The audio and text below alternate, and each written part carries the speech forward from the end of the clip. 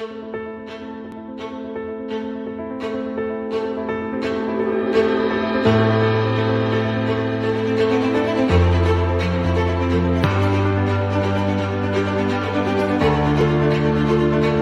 président Martin Bouzanga et le RPG. Moi, je pense que Martin Bouzanga se porte très bien. Le RPG se porte bien, même si il y a en ce moment certaines inquiétudes qui naissent de la façon dont les choses commencent à être gérées par le gouvernement. Nous sommes un peu inquiets. Nous osons espérer que les choses peuvent encore être rattrapées et corrigées parce que nous sommes en train de rentrer dans une nouvelle république. Je ne dis pas 5e, je dis bien dans une nouvelle république parce que là, c'est tout un autre débat. Et le moment est venu pour reconstruire ce pays et c'est ce que nous attendons. Le RPG est disposé. N'oubliez pas qu'avant la transition, le RPG a fait le tour du Gabon pour justement appeler à la transition politique qui devait conduire à un changement de système. Nous saluons la bravoure, l'audace, le courage d'un homme avec ses frères d'armes qui aujourd'hui est en train d'amorcer ce changement d'un nouveau système qui va justement conduire le Gabon dans une nouvelle république. Le RPG est dans ces attentes-là et nous pensons qu'avec les nouvelles autorités de la République, puisque le RPG est allié à ce nouveau système, nous pensons qu'ensemble et que désormais ensemble, dans ce qu'ils appellent inclusivité, que nous allons reconstruire le pays pour le bien-être du peuple gabonais. L'actualité fait la une. Il y a de cela quelques jours, le palais de sport de Libreville a vu la naissance et la présentation du nouveau parti UDB du président fondateur Brice Clotaire Oligui Nguema, où vous avez même pris part. Quelle lecture faites-vous par rapport à la présentation de ce parti, malgré la polémique sur l'article 82 alinéa 5? Non, de notre point de vue, il n'y a pas de polémique. Je pense que lorsqu'il y a un changement de système, il faut revoir tous les paradigmes. Et la création de ce parti politique nous interpelle, dans ce sens que le président Oligui Nguema ne peut pas avoir ne peut pas avoir provoqué la chute de l'ancien système et rester avec les mêmes habits. Nous pensons que la création de ce parti politique permettra à ses fondateurs d'amorcer le véritable changement, de ne pas être, de ne plus être avec le PDG, parce que c'est de cela dont il est question. Il lui fallait sa structure et la création de ce parti pour nous, c'est une façon de s'affranchir du PDG. Mais il faut aller au bout de la logique. S'affranchir d'un régime qui a été déchu voudrait dire que lorsque vous créez votre structure, vous devez faire certes dans l'inclusivité, mais ne pas se faire noyauter par les cadres, par les militants de l'ancien parti, où on se rend compte aujourd'hui que pratiquement dans toutes les administrations, dans tous les pans de la vie politique, si c'est toujours les mêmes acteurs qui deviennent les acteurs de ce nouveau parti politique, on va s'interroger. Mais en tout état de cause, Brice Clotaire Oligui Nguema, c'est un citoyen libre. Son audace, son courage peut lui permettre de s'affranchir du PDG et c'est ce qui, pour nous, justifie la création de ce parti politique. Naturellement, je l'ai dit tout à l'heure, que le RPG est l'un des alliés pour une raison fort simple. Nous avons soutenu la transition, nous avons appelé à la transition politique. Nous soutenons les actions que le président Oligui Nguema est en train d'implémenter sur le terrain. Nous sommes conscients qu'il y a des difficultés. Nous sommes conscients qu'il va avoir des problèmes. Nous ne sommes plus là pour dire certaines personnes l'induisent en erreur parce que ce n'est pas un enfant. C'est quelqu'un qui a grandi au corps de garde. Et lorsque vous avez grandi au corps de garde, vous connaissez qui est qui. Parce qu'à côté de vos parents, vous avez pu observer comment eux, ils faisaient. Et il vous appartient malgré les conseils qui reviennent de gauche et de droite, de faire une synthèse, de regarder, d'observer, d'analyser et d'apporter votre marque. C'est ce que nous attendons du président Brice Clotaire Oligui Nguema. Pour nous, il n'est pas induit en erreur parce que c'est un homme, il est intelligent, il sait déjouer les pièges que peuvent poser même des collaborateurs qui l'entourent ou alors de certaines personnes qui peuvent venir d'ailleurs pour essayer de donner des conseils qui ne lui permettront pas d'implémenter réellement la vision pour le nouveau Gabon. Je parle bien du nouveau Gabon, c'est-à-dire le nouveau Gabon ne peut intervenir que lorsqu'il y aura un véritable changement de système politique chez nous, parce que c'est de cela dont il est question. Après avoir présenté son parti politique face au peuple qui était à l'intérieur de la salle, il a eu à donner des orientations et nous sommes à quelques jours de l'affichage des futurs candidats aux élections législatives et locales. Quelle lecture faites-vous par rapport aux candidats qui vont être présentés par ce parti politique, sachant bien que selon les normes, ce parti ne devrait pas avoir des candidats vu le temps? Écoutez, vous enfoncez là une porte ouverte. Ce pays est régi par des textes. Nous sortons d'un référendum qui nous a donné la nouvelle constitution. Nous venons d'adopter, le Parlement vient d'adopter la loi électorale. Et il y a des dispositions bien précises qui fixent le cap, qui orientent, qui réglementent. Nous pensons que même si c'est dans le cas d'une fusion-absorption, il faut que le parti qui décide de se saborder organise son congrès pour créer une nouvelle entité. Et cette nouvelle entité doit pouvoir transmettre au ministère de l'Intérieur les décisions de ce congrès pour que le dit ministère puisse accorder un récépissé. Il y a un temps, il semblerait qu'il y a un décret qui fixe le dépôt des candidatures au 17. Je parle bien dans le cadre de fusion-absorption. Y a-t-il eu un parti qui a déjà organisé un congrès pour créer l'UDB? Si tel n'est pas le cas, ça veut dire que l'UDB doit être créé, c'est-à-dire envoyer un dossier complet au ministère de l'Intérieur. Là aussi, il y a du temps pour que le ministère de l'Intérieur mène des enquêtes de moralité à tous les cadres qui sont dans les organes qui ont été mis en place afin de délivrer un récépissé provisoire, qui là aussi a des délais précis pour que ce parti puisse fonctionner. Je ne sais pas si le 17, l'UDB aura son récépissé.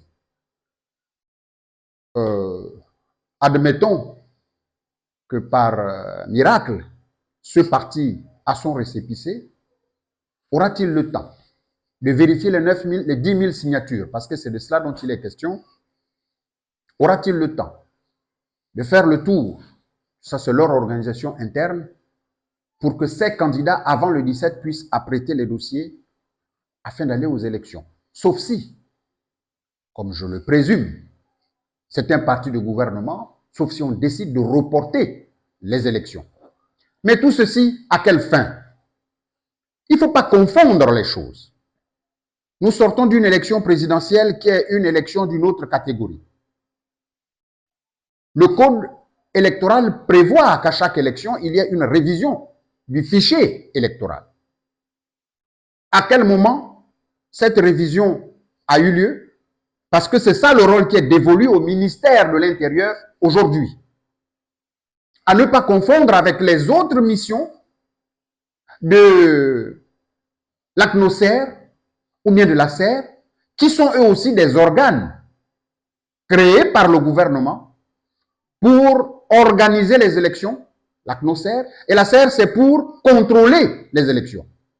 Ces deux organes, en dehors du ministère de l'Intérieur qui existent déjà, ne sont pas encore mis en place, ou alors, du moins pour nous, nous n'avons pas encore pris connaissance de l'existence de ces deux organes qui contribuent à implémenter le processus électoral dans notre pays.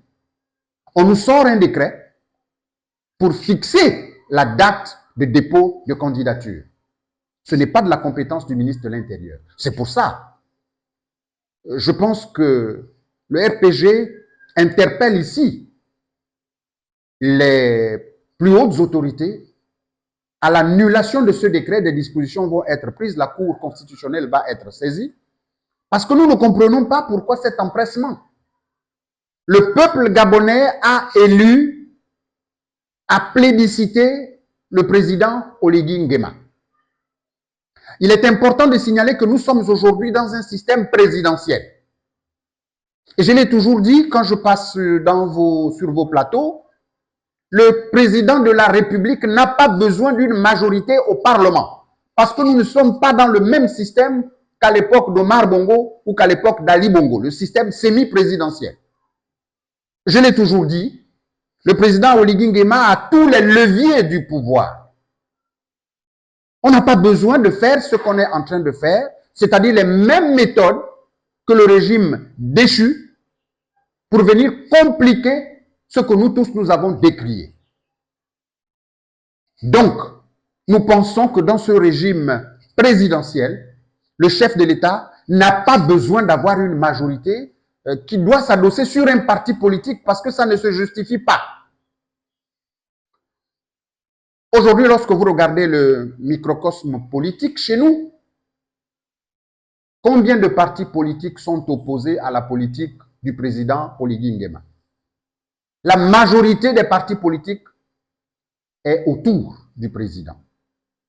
Mais qu'est-ce qui justifie cet empressement qui, à notre sens, a d'autres visées pour nous?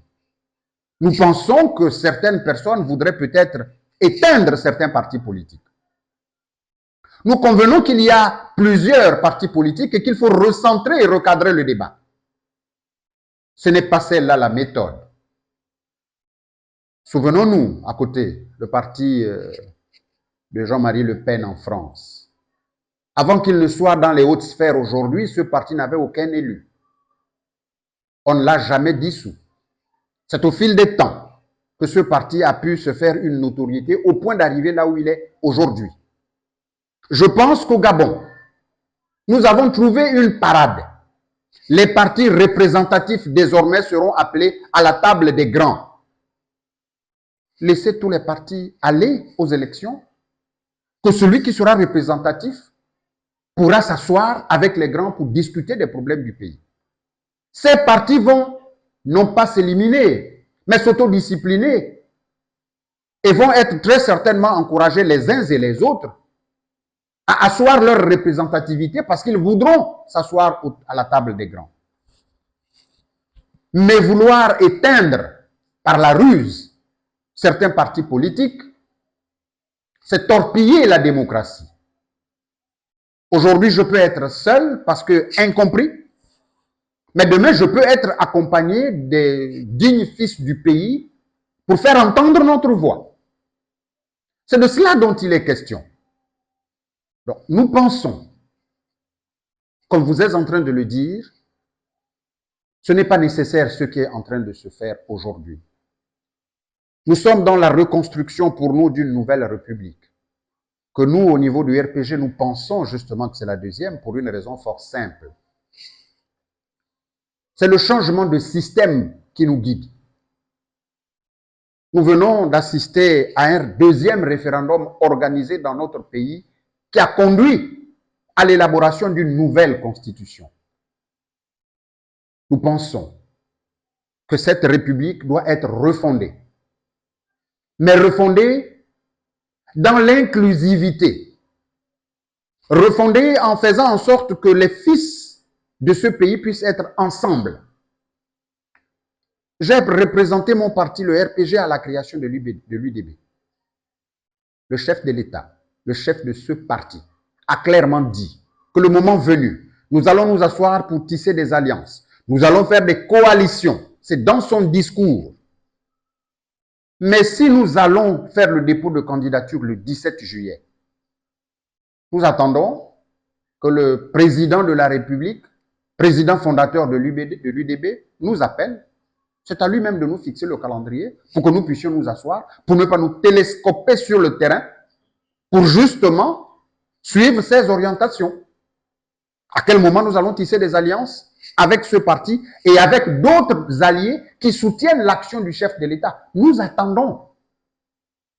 Non, nous pensons qu'il ne faut pas aller dans la précipitation et des dispositions seront prises pour que ce décret puisse être annulé parce que il n'y a pas de raison de faire ce que l'ancien système a fait. Aujourd'hui, il n'y a pas de raison. C'est une interpellation que le RPG fait au chef de l'État.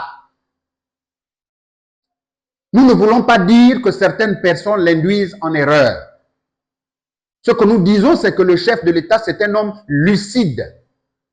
Il est capable de prendre des bonnes décisions pour la refondation et la reconstruction de ce pays puisqu'il a amorcé le changement du système. Et c'est d'ailleurs l'une des raisons pour laquelle l'aura du Gabon revient sur le plan international. Une parenthèse.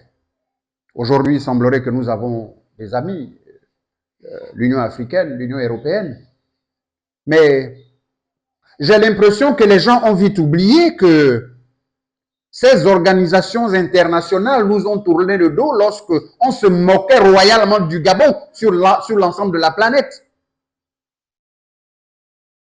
Lorsque nous étions devenus la risée du monde entier, où étaient ces organisations? Parce que le président Oligui Nguema est diplomate, parce que le président Oligui Nguema est un homme de parole, qu'aujourd'hui on va venir chercher à déstabiliser le pays, parce que c'est comme ça que nous nous comprenons. Il faut à un moment donné que nous puissions savoir quels sont nos amis et quelle est la nature de l'amitié avec ces gens-là. Sinon, nous pensons que dans le changement de système que le président est en train d'amorcer, et nous l'y encourageons, doit nous permettre d'aller de l'avant. Voilà. Avant d'emboîter la deuxième dorsale de cet entretien, quelle lecture faites-vous par rapport à la déclaration de Paul-Marie Ngonjo, président de votre plateforme, la PG41, et président du parti Union nationale initiale par rapport à sa fusion à l'UDB? Écoutez, chaque citoyen est libre et chaque parti politique a une vision. Et lorsque vous créez un parti politique, c'est pour prendre le pouvoir. Et à partir de ce moment-là, vous prenez des dispositions pour que votre rêve devienne réalité. Le président Paul-Marie Ngonjo est président de la PG41. Son parti vient de prendre une forte décision. Nous espérons qu'ils vont organiser un congrès pour entériner cette décision. Mais dès que cette décision sera prise, le bureau de la PG41, donc la conférence des présidents, va se retrouver, va se réunir, non pas pour statuer, mais pour prendre un certain nombre de décisions qui vont faire en sorte que la PG41 demeure. C'est le président de l'UNI qui fait fusion-absorption. Ce n'est pas la PG41 qui fait fusion-absorption. Parce que c'est une plateforme politique. Souvenez-vous, c'est une plateforme politique qui est présidée de manière rotative par les différents présidents de partis. Si aujourd'hui, le président de l'UNI ne fait plus partie de la PG41, parce que ce n'est pas le cas de l'UDB, je pense que le bureau de cette plateforme doit pouvoir se réunir et prendra un certain nombre de décisions dont il ne m'appartient pas ici, à moi, de dévoiler la quintessence. Nous allons emboîter la deuxième dorsale sur l'aspect justice. Depuis quelques jours, la toile fait la une sur la fameuse déclaration de Sylvia Bongo et Nouroudine face à la justice française contre le Gabon.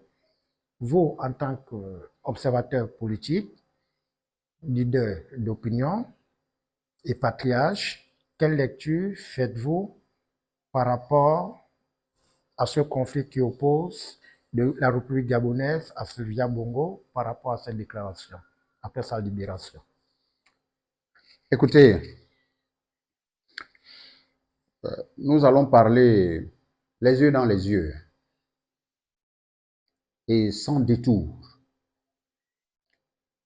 Nous, au RPG, nous pensons que c'est une erreur que d'avoir libéré même provisoirement cette famille. Écoutez, il faut pas jouer à ce jeu-là. C'est ici au Gabon où il y a eu des méfaits causés par cette famille. Leur double nationalité m'intéresse peu. La souveraineté du pays, l'économie du pays, les crimes économiques et autres ont été commis sur le sol gabonais. C'est ici que ces gens-là doivent être jugés. Je pense que des dispositions doivent être prises pour qu'ils soient rapatriés urgemment ici au Gabon et pour qu'ils puissent être jugés sur le sol gabonais par la justice gabonaise. Je vous ai dit tout à l'heure, je ne comprends pas le sens de nos amitiés avec nos amis. Parce qu'il y a eu des présidents des pays amis qui sont venus jouer la démocratie, la diplomatie, pour faire en sorte que cette famille sorte du Gabon, soi-disant pour aller se faire soigner. Mais lorsqu'on dit qu'au Gabon, il y a des plateaux techniques, qu'il y a des hôpitaux de première génération, mais diantre, on ne pouvait pas soigner ces gens-là ici. Bertrand Zibi, on lui a permis de sortir du Gabon pour aller se soigner. Jean-Rémy Yama, on l'a permis d'aller à l'étranger pour se faire soigner. Pourquoi avoir cédé à cette diplomatie tout en sachant qu'il y a des problèmes de droit qu'il faut d'abord résoudre? Nous aurions souhaité même qu'on les juge, qu'on les relaxe pour qu'ils puissent partir une bonne fois pour toutes. Qu'on ne vienne pas nous dire qu'on les libère provisoirement pour des raisons de santé parce que après ils vont revenir ici. Je ne veux pas mettre la justice de mon pays au défi, mais ils ont l'obligation de saisir Interpol, faire un mandat d'arrêt international. Je ne sais pas comment vous appelez ça, parce que moi, je ne maîtrise pas bien ces choses-là. Ces gens-là qui ont commis des méfaits au Gabon, pour parler simplement, doivent revenir sur le sol gabonais, répondre de leurs actes. C'est notre point de vue et nous encourageons, nous, le RPG, le chef de l'État, à continuer dans la diversification de nos partenaires. Parce que comme je le disais tout à l'heure, l'Union africaine, l'Union européenne et d'autres organismes extérieurs étaient là lorsque le Gabon était devenu la risée de tout le monde. J'espère, j'ai toujours parfois des idées tordues, que ce n'est pas une façon de déstabiliser le Gabon qui a été organisée par ces pays amis qui sont venus, sous couvert de la diplomatie, faire en sorte que ces gens-là sortent du Gabon alors qu'ils sont auteurs de véritables problèmes ici au Gabon. Ce qui est sûr, c'est que cette famille n'a pas agi seule. Il y a des Gabonais qui ont été leurs complices. Mais on les a fait fuir, c'est pour qu'ils ne viennent pas, qu'on ne vienne pas démanteler tout le réseau, pour restaurer la dignité du pays, pour nous empêcher de changer justement de système, parce que c'est de cela dont il est question. Nous ne pouvons pas faire fuir les responsables des crimes économiques, des crimes politiques, des crimes sociaux, au moment où nous voulons changer le système dans notre pays, et peut-être garder les faucons de ce système qui continue à œuvrer dans le paysage politique, administratif et social de notre pays. Il faut à un moment donné mettre un terme à tout cela si nous voulons être sérieux et si nous voulons réellement rentrer dans cette nouvelle république qui impose des normes, qui impose des sacrifices. N'en déplaise à ceux qui n'ont pas Dieu pour voir, ou alors qui font semblant, ou alors qui ont des esprits moins aiguisés, qui ne voient pas ce que le chef de l'État est en train de faire. En l'espace de 2 ans, l'ensemble du territoire a décollé. Nous attendons mieux. Et le chef de l'État est en train d'amorcer. Nous regrettons parce que lorsqu'on parle d'inclusivité, nous ne sommes pas concernés parce que c'est nous qui avons implémenté, c'est nous qui avons appelé avec d'autres Gabonais à la transition politique. Nous avons un projet pour ce pays. Nous avons des visions pour ce pays que nous voulons mettre à contribution. À ce jour, nous sommes aussi les enfants du Gabon. Nous voulons apporter notre contribution. Nous ne pouvons pas avoir bataillé dur depuis bientôt plus de 3-4 ans et ne pas apporter notre pierre à l'édifice. De quelle inclusivité parle-t-on? Nous voulons tous contribuer à écrire l'histoire de notre pays. Chacun dans son rôle. Parce que nous voulons voir nos rêves réalisés. C'est de cela dont il est question aujourd'hui. La nouvelle République que nous appelons de tous nos voeux doit être un creuset pour tout le monde. Et il est question aujourd'hui que tout le monde se mette ensemble, s'affranchir de ce qui s'est passé hier, parce qu'on ne peut pas aujourd'hui comprendre que les bourreaux d'hier deviennent les héros d'aujourd'hui. Malheureusement, ils sont nombreux. Le sphinx renaît. Ça nous inquiète. Nous ne voulons pas de cela. Nous voulons d'un véritable changement de système.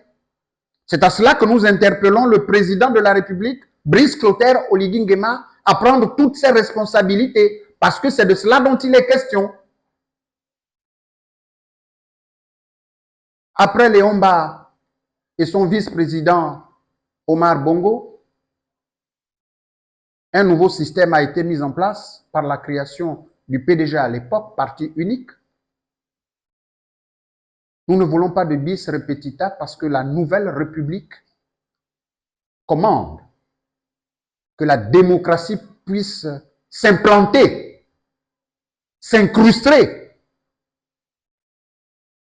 dans notre façon de vivre, dans notre façon de voir. Et attention, cher peuple gabonais, je l'ai toujours dit, la démocratie est africaine, elle n'est pas européenne. L'Occident a gagné ses guerres par la barbarie, pas par la démocratie, nous le savons. L'Occident n'a rien à nous apprendre sur le plan démocratique.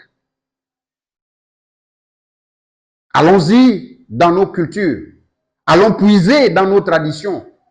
Nous comprendrons que ces gens-là sont venus tout prendre ici, chez nous, et vouloir venir nous imposer ce qu'ils ont copié, ce qu'ils ont photocopié. C'est l'une de mes grandes sœurs qui disait, la photocopie d'un acte de naissance ne pourra jamais être l'original de cet acte de naissance. La démocratie, elle est africaine. Le Gabon, mon pays, peut être le centre du monde. Nous pouvons avoir un modèle démocratique qui peut être enseigné à d'autres. Et nous savons que nous allons y parvenir à la seule condition que chacun reste à sa place. Il y a aujourd'hui des gens qui doivent être dans l'administration. Il y a aujourd'hui des gens qui doivent faire la politique. Il y en a qui doivent faire l'économie. Il y en a qui doivent faire le social. Mais il y en a d'autres dont la place est à 100 familles, sans fioriture. Parce que sinon, nous allons continuer dans des intrigues qui ne nous permettront pas d'avancer. Que chacun garde son couloir. C'est l'invite et c'est une interpellation, je pense, assez forte que nous voulons adresser ici au président de la République, Brice Clotaire Oligui Nguema. Le chantier est grand. On ne change pas un système en un jour, mais il faut l'amorcer. Et il l'a commencé. Nous sommes prêts à le soutenir. Et nous avons un certain nombre de dispositions, un certain nombre de propositions à faire pour contribuer justement à la reconstruction de ce nouveau système que nous tous nous décrions et que le peuple gabonais l'a soutenu depuis longtemps. Merci beaucoup. Nous allons emboîter la troisième partie de cet entretien sur le plan social. On sait que tout Gabonais a un membre d'une famille quelque part. Et le Grand Libreville subit un nouveau visage à travers des déguerpissements pour donner une nouvelle image à notre urbanisation. Vous, en tant que père de famille, leader d'opinion, quelle analyse faites-vous par rapport à ces multiples déguerpissements dans le Grand Libreville et à l'intérieur du pays aussi? Bien. Là encore, comme j'ai l'habitude de dire, nous allons parler franchement. Vous savez, lorsque vous sortez du Gabon pour aller à l'extérieur, même là à côté, en Guinée équatoriale, ah oui, vraiment, c'est beau, le président a bien construit. Vous allez au Sénégal, ah ben dis donc que c'est merveilleux. Vous allez à Singapour, là où j'étais, ah oui, mais comment ils ont fait ces gens-là? Je pense que c'est la même chose au Gabon. En tant que président d'un parti politique, en tant que leader d'opinion, je soutiens totalement ce que fait le président Brice Clotaire, Oligui Nguema. Parce que je sais que ces déguerpissements ne se font pas au hasard. Chez nous, on dit chaque chose a un début. Le gouvernement ne s'est pas levé pour venir casser. Il y a eu des préalables qui datent depuis des années. Et si nous voulons construire Libreville, il faut l'urbaniser, il faut casser, il faut rebâtir pour donner un autre visage à notre pays. Nous soutenons le chef de l'État dans cela. Vous m'avez dit, je suis père de famille. Oui. Mais justement, en tant que père de famille, lorsqu'une situation comme ça se présente, il appartient maintenant au gouvernement de prendre ses responsabilités pour que ces enfants ne soient pas à la belle étoile, quels que soient les méfaits qui ont été posés par les uns et les autres. Nous savons, par exemple pour le cas de Plaine Oreti, ou par exemple pour le carrefour Iaï, que des gens avaient déjà été dédommagés. Malheureusement, certains sont venus reconstruire, d'autres ont mis en location tout en sachant qu'ils avaient déjà perçu de l'argent. D'autres, certainement, n'ont pas eu ce dédommagement.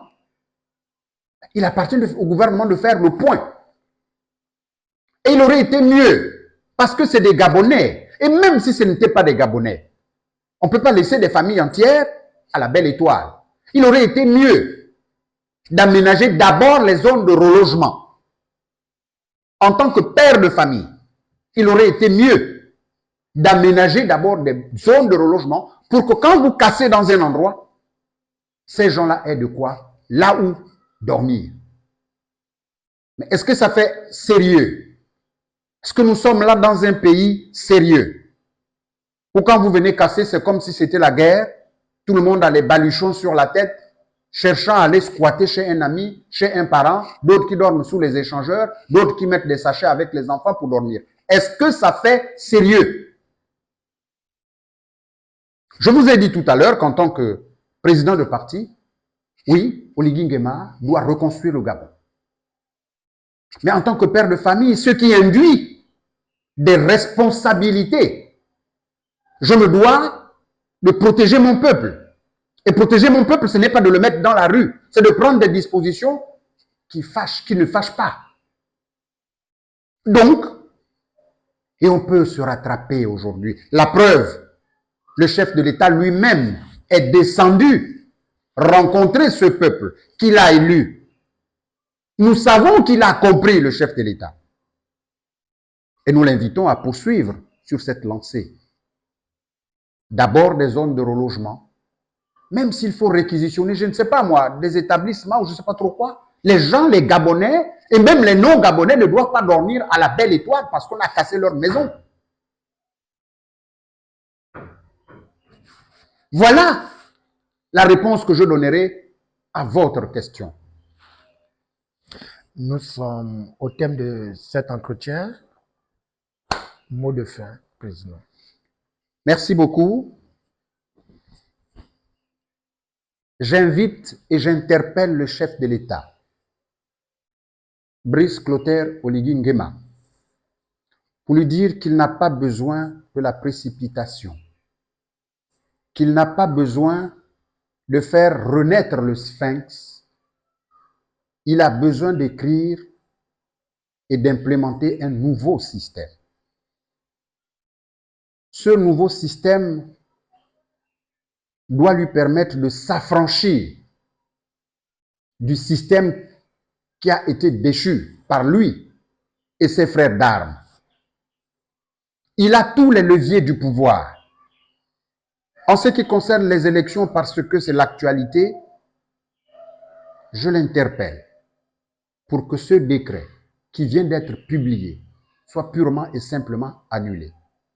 Que comme il l'a dit dans son discours lorsqu'il a mis en place son parti politique, que les acteurs et que ses alliés se retrouvent pour voir dans quelle mesure, dans certaines localités, des coalitions, des alliances peuvent être faites pour éviter que les alliés ne puissent se télescoper sur le terrain. Il est déjà président de la République. Il n'a pas besoin de faire la part belle à un parti politique.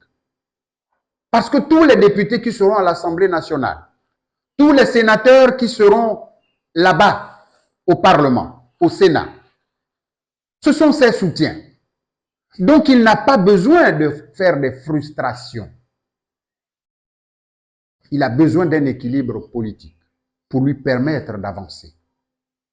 Combien y a-t-il de partis d'opposition au Gabon qui puissent peser lourd au point d'entraver la bonne marche des actions qui vont être implémentées par le président Oligui Nguema? C'est une interpellation assez profonde. Qu'il prenne les responsabilités qui sont les siennes en tant que chef de l'État pour apaiser les inquiétudes qui sont en train de naître, de façon que ces élections puissent se passer dans la sérénité et dans la quiétude. À ne pas confondre l'élection présidentielle avec les élections locales, législatives et sénatoriales, qui lui permettront également de jauger le climat démocratique dans notre pays et l'avancée de l'état de droit démocratique. Cette interpellation, j'aimerais également la faire auprès du peuple gabonais à qui je demanderai la sérénité, le calme, et ne pas faire là aussi dans la précipitation, dans l'euphorie. Rien n'est perdu. Le moment venu, le RPG, comme d'habitude, indiquera sa vision, donnera son point de vue pour que nous puissions à un moment donné nous retrouver afin de recentrer les débats. Merci.